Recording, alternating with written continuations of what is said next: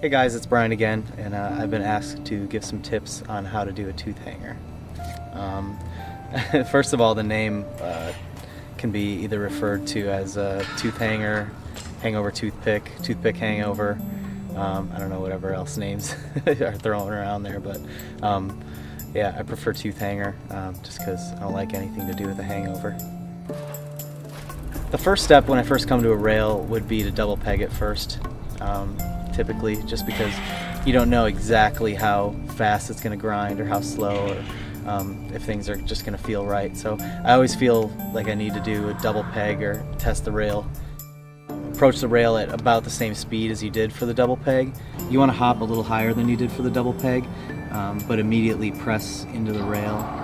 While you're doing a toothpick hangover, you don't want to kick it out too soon, so hop and press it in like you did for the double peg.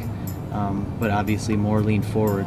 Now that your peg's made it on the rail, you're to your third step, and that's where you just want to keep leaning forward. And it's during this time when you can start to hang your back end over the opposite side of the rail. But you want to make sure you don't do this until your peg's made contact and you're sliding down the rail.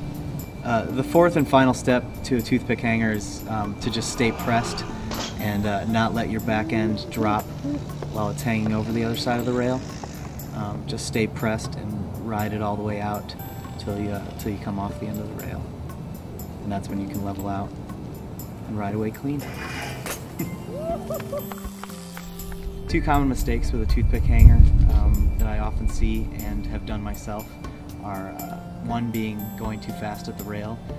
If you go too fast, you'll clear most of the rail, and while you might grind a little bit of it, you're going to make your landing pretty hard.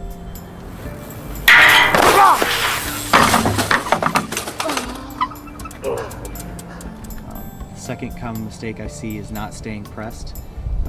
If you get on the rail and don't keep leaning forward and pressing forward, sometimes your back end can swing down under the other side of the rail, and that can cause you to either loop out or crash. So let's try to avoid those two things. I know I've made those mistakes, and wouldn't want you to do the same.